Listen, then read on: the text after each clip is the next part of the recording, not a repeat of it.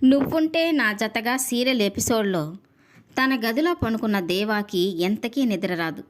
తనకి మందు తాగాలని అనిపిస్తూ ఉంటుంది. కానీ తనకి మిథున చెప్పిన మాటలే గుర్తుకొస్తూ ఉంటాయి.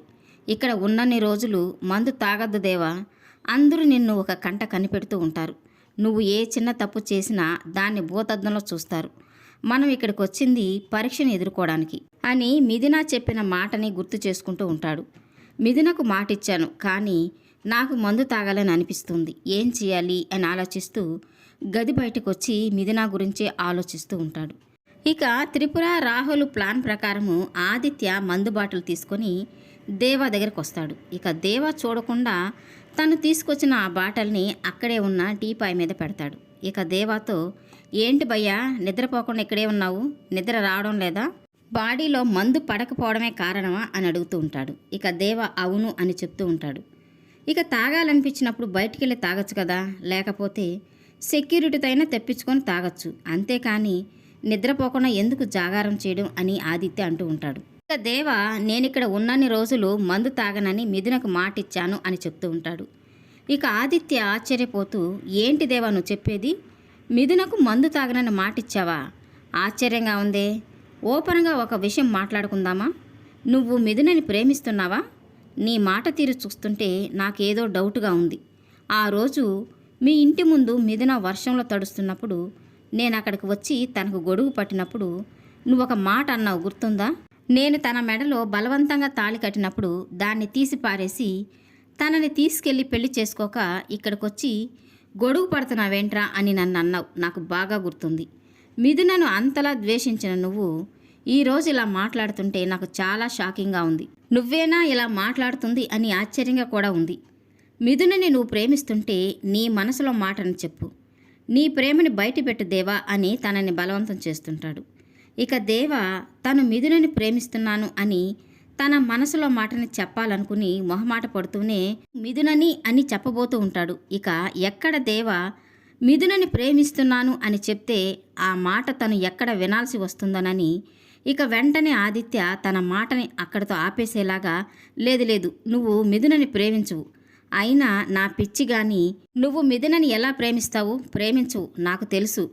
మిథున ఎక్కడ, నువ్వెక్కడ, తన రేంజ్ ఏంటి, నీ స్థాయి ఏంటి, తనది ఫారిన్ చదువు, నీది మధ్యలోనే ఆపేసిన విలువ లేని చదువు, తనది ఫ్లైట్లో తిరిగే రేంజి, నీదేమో ఎప్పుడు ఆగిపోతుందో తెలియని పాత బండి, ఒక్కోసారి మిథున వేసుకునే చెప్పులు లక్షల్లో ఉంటాయి, నువ్వేమో తెగిపోయిన చెప్పులు కుట్టించుకునే రకం. నేనేదో నిన్ను తక్కువ చేసి మాట్లాడుతున్నానని విమర్శిస్తున్నానని అనుకోవద్దు. మిథునకు నీకు ఉన్న తేడా చెప్తున్నాను అంతే. మన స్థాయికి మించి ఆశ పడకూడదు, కలలో కూడా అలా అనుకోకూడదు, ఎందుకంటే ఇంకొక జన్మెత్తినా అది మన వల్ల కాదు. అలాగే మన స్థాయికి మించిన అమ్మాయిని కూడా ప్రేమించాలని అనుకోకూడదు. తల్లకిందులుగా తపస్సు చేసినా అది అసాధ్యం. కాబట్టి ఆకాశంలో ఉన్న చందమామ లాంటి మిథునని నేల మీద ఉన్న నువ్వు అందుకోవాలనుకోవడం అసాధ్యం. ఇక మిథునని నువ్వు ప్రేమించాలనే ఆలోచన నీకెందుకు వస్తుందిలే, రాదు. పొరపాటును కూడా అలాంటి ఆలోచన నీకు రాదు. నీ స్థాయి తనకి కారు డోరు తీసే స్థాయి, అది నీకు తెలుసు కదా. ఇక నేను నీ గురించి తక్కువ చేసి మాట్లాడుతున్నానని అనుకోవద్దు దేవా, ఎవరి గురించి తక్కువ చేసి మాట్లాడను. కాకపోతే మిథునని ప్రేమించాలని ఆలోచన చేసే స్థాయి నీది కాదు అని చెప్పడం కోసమే ఇదంతా. నీ స్థాయి గురించి నీకు తెలిసినప్పుడు ఇక మిథునని ఎలా ప్రేమిస్తావులే, ప్రేమించవు, నువ్వు అస్సలు ప్రేమించవు, నాకు తెలుసు అని మిథున మీద దేవాకున్న ప్రేమని తుంచిపారేసినట్టుగా ఆదిత్య మాట్లాడుతూ ఉంటాడు. ఇక దేవ విపరీతంగా బాధపడుతూ ఇక ఏం సమాధానం చెప్పలేక అక్కడి నుంచి వెళ్ళిపోతూ ఉంటాడు. ఇక అక్కడే టీపాయ్ మీద ఉన్న ఆదిత్య పెట్టిన మందు బాటిల్ని చూసి తన మనసులో మిథున మీద ఉన్న ప్రేమని బయటికి చెప్పలేక బాధపడుతూ ఆ బాటిల్ తీసుకొని మందు మొత్తం తాగేస్తాడు.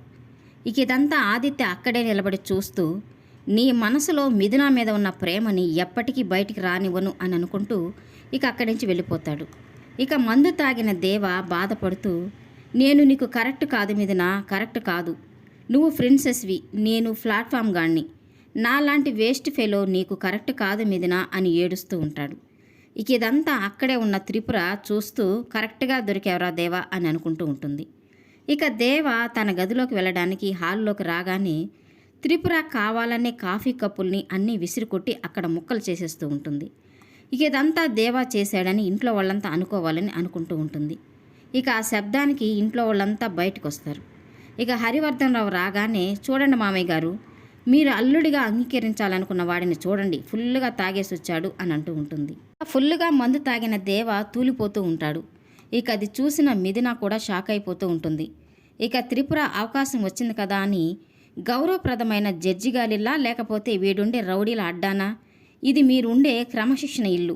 ఇంట్లో మందు వాసన అనేది రాదు. ఇంట్లో ఆడవాళ్ళున్నారు, పెళ్లి కావాల్సిన ఆడపిల్లుంది, తనకేమైనా అయితే ఏంటి పరిస్థితి అని అంటూ ఉంటుంది. ఇక మిథున కోపంగా, తాగి రావడం ఆయన తప్పే వదినా, కానీ ఆయన వ్యక్తిత్వాన్ని కించపరిస్తే మాత్రం నేను ఊరుకోను అని అంటూ ఉంటుంది. ఇక త్రిపుర, పరాయి వాళ్ళ ఇంటికి వచ్చినప్పుడు పద్ధతిగా ఉండాలని వీడికి తెలీదా? వీడికి వ్యక్తిత్వం కూడా ఉందా? ఆ వ్యక్తిత్వం గురించి నువ్వు మాట్లాడుతున్నావా అని తనని తిడుతూ ఉంటుంది. ఇక మిథున దేవా దగ్గరికి వెళ్ళి, నీ అంతటా నువ్వే తాగావా, లేక నీ చేత ఎవరైనా తాగించారా చెప్పు దేవా అని అడుగుతూ ఉంటుంది. ఇక దేవా, లేదు, నేను కావాలనే తాగలేదు అని చెప్తూ ఉంటాడు.